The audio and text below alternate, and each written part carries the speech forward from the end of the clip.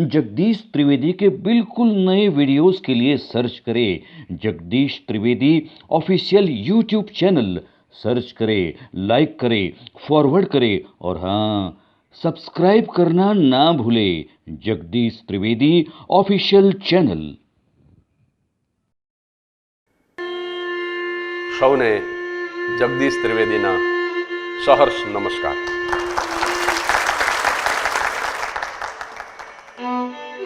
શેરી મિત્ર સો મળે, કાળી મિત્ર અનેક, જે પર સુખ दुख वारिए 100 लाखन में एक।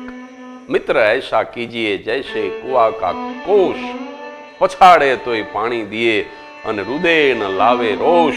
मित्र ऐसा कीजिए जैसे तन का बाल, काट काट के काटिए फिर भी तजे न खाल।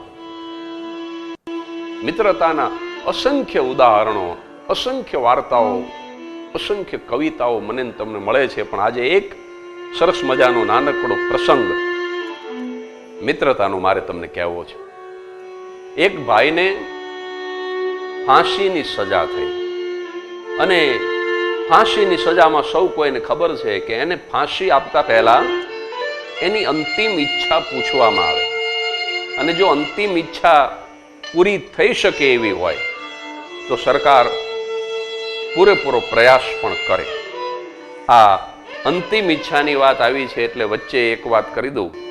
હું જગદીશ ત્રિવેદી અત્યંત ગૌરવ સાથે આ વાત જાહેર કરું છું કે મારા નાના, મારા માતુશ્રીના પિતાશ્રી સમર્થ નવલકથાકાર દેવશંકર મહેતા તળપદી ગામઠી ભાષામાં એમણે 25 ઐતિહાસિક નવલકથાઓ લખી, 27 સામાજિક નવલકથાઓ લખી અને 13 એમણે દરિયાઈ નવલકથાઓ લખી। આ સિવાય 101 જેટલી નવલિકાઓના 10 સંગ્રહો લખ્યા। આવા લેખક ગામડામાં રહેતા સુરેન્દ્રનગર જિલ્લાના ધાંગધ્રા તાલુકાનું ગુજરવદી નામનું ગામ, ખેતી કરતા કરતા આખી જિંદગી એમણે વાર્તાઓ લખી। પણ મને ગૌરવ જે વાતનું અત્યંત છે એ હું કહું કે જામનગરની અંદર વર્ષો પહેલા એક માણસને ફાંસીની સજા થઈ અને એને અંતિમ ઈચ્છા પૂછવામાં આવી અને ત્યારે એણે એમ કીધું હતું કે દેવશંકર મહેતા સાથે મારે એક આખો દિવસ રહેવું છે। સાહેબ, મારા નાના બાપુ હતા એટલે હું વખાણ કરું છું એમ નહીં, પણ એક લેખક, પોતાનો પ્રિય સર્જક અને એની જ વાર્તાઓ જ્યારે કોઈ વાચક વાંચતો હોય ત્યારે એ કેટલી હદે એ સર્જકને ચાહવા લાગતો હશે કે મરતા પહેલાની અંતિમ ઈચ્છા કે મારે મારા ગમતા સર્જક દેવશંકર મહેતા સાથે એક આખો દિવસ રહેવું છે। અને મારા બાપુજી ગયા, સરકારી મોટર લેવા આવી અને આખો દિવસ જેલમાં એની સાથે રહ્યા, એની સાથે વાતો કરી। તો હું એવું માનું છું કે એક સર્જક માટે, એક લેખક માટે આનાથી મોટું બીજું કોઈ સન્માન ન હોઈ શકે। આ એક આડવાત પણ મને કહેવી ગમે એવી અને તમને જાણીને સુખદ આશ્ચર્ય થાય એવી હતી એટલે રજૂ કરી। તો એક ભાઈને ફાંસીની સજા થઈ અને એની અંતિમ ઈચ્છા પૂછવામાં આવી તો એણે કીધું કે રહેવા દો ને, મને ફાંસી આપી દો, મારી ઈચ્છા તમે પૂરી નહીં કરી શકો। એટલે જેલરે કીધું કે તમે કહો તો ખરા, જો પૂરી થઈ શકે એવી હોય તો અમે ચોક્કસ પ્રયત્ન કરીશું।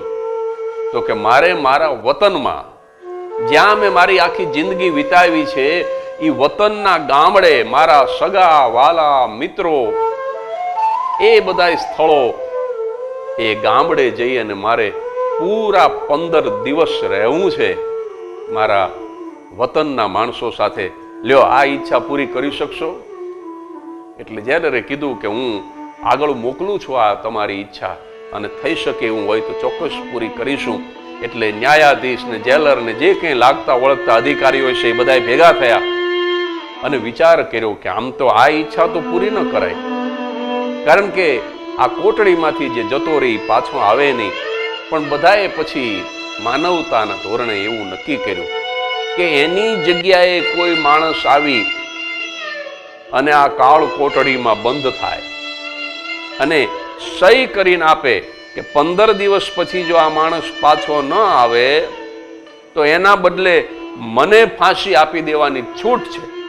આવી રીતે કોઈ જો પુરાય તો આપણે આને જવા દઈએ. પેલા માણસને વાત કરી, એ વખતે તો મોબાઈલનો જમાનો નહીં, કદાચ ફોન પણ નહીં હોય. એણે પત્રો લખ્યા પોતાના માતા પિતાને, પોતાના ભાઈ બહેનને, પોતાના સગાવાલાને, પડોશીને, જેટલા લોકોને અંગત માનતો હતો તમામને પત્ર લખ્યા કે આવી રીતે કોઈ 15 દિવસ જો જેલમાં બંધ થઈ જાય તો મને મરતા પહેલા 15 દિવસ વતનમાં રહેવાની તક છે, તો તમે કોઈ આવો. પિતા પણ ન આવ્યા અને પુત્ર પણ ન આવ્યો, સગો ભાઈ ન આવ્યો, કોઈ ન આવ્યો. અને જેલના અધિકારીઓએ કીધું કે ભલા માણસ આશા મૂકી દે, કારણ કે તું પાછો ન આવ તો એને ફાંસીએ ચડવું પડે અને આ શરતે કોઈ નહીં આવે. પણ એક દિવસની સવાર અને એક બાળપણનો ગોઠિયો ભાઈ આવ્યો અને જેલર પાસે આવીને કીધું કે મને શરત મંજૂર છે કે આ પાછો નહીં આવે તો તમને ફાંસી આપીશું. કે હા, મને મરી જવું મંજૂર છે મિત્ર માટે, લાવો કાગળ અને હું સહી કરી દઉં.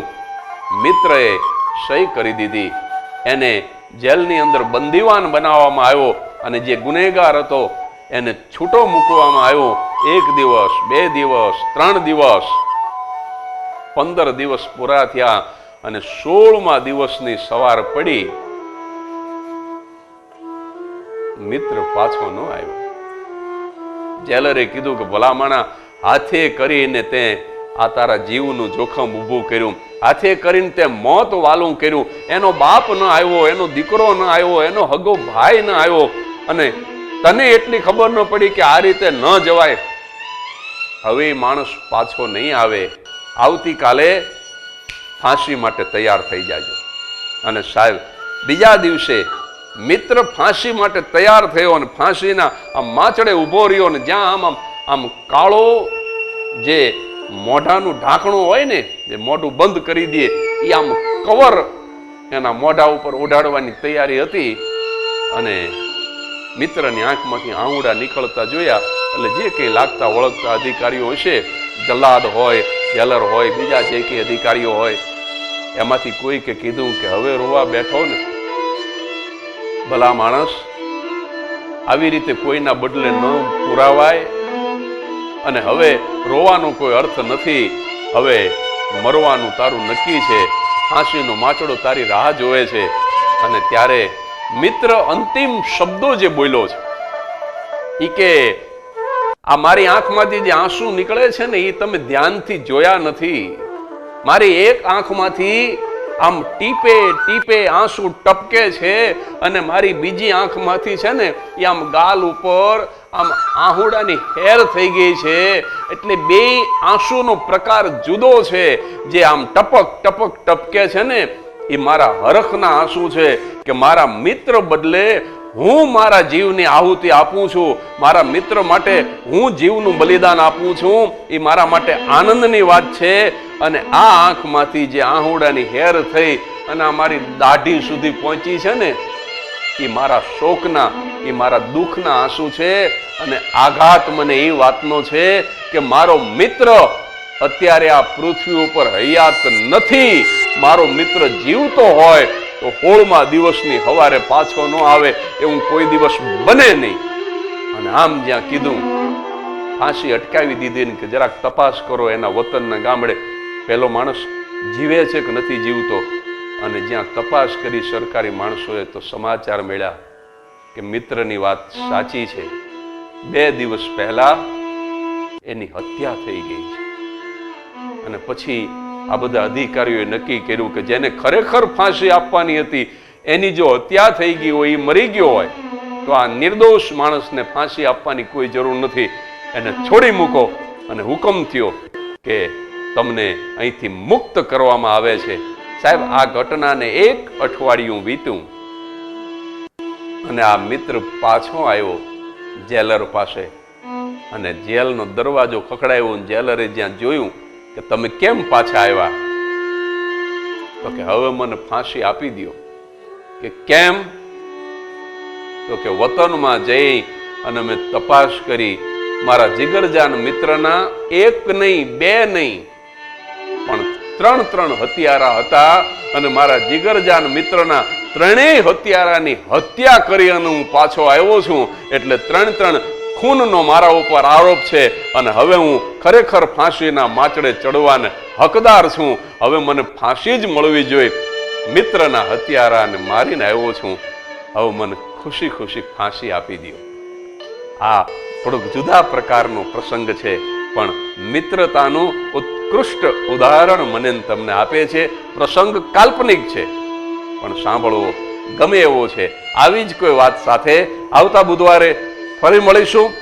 હસતા રહેજો.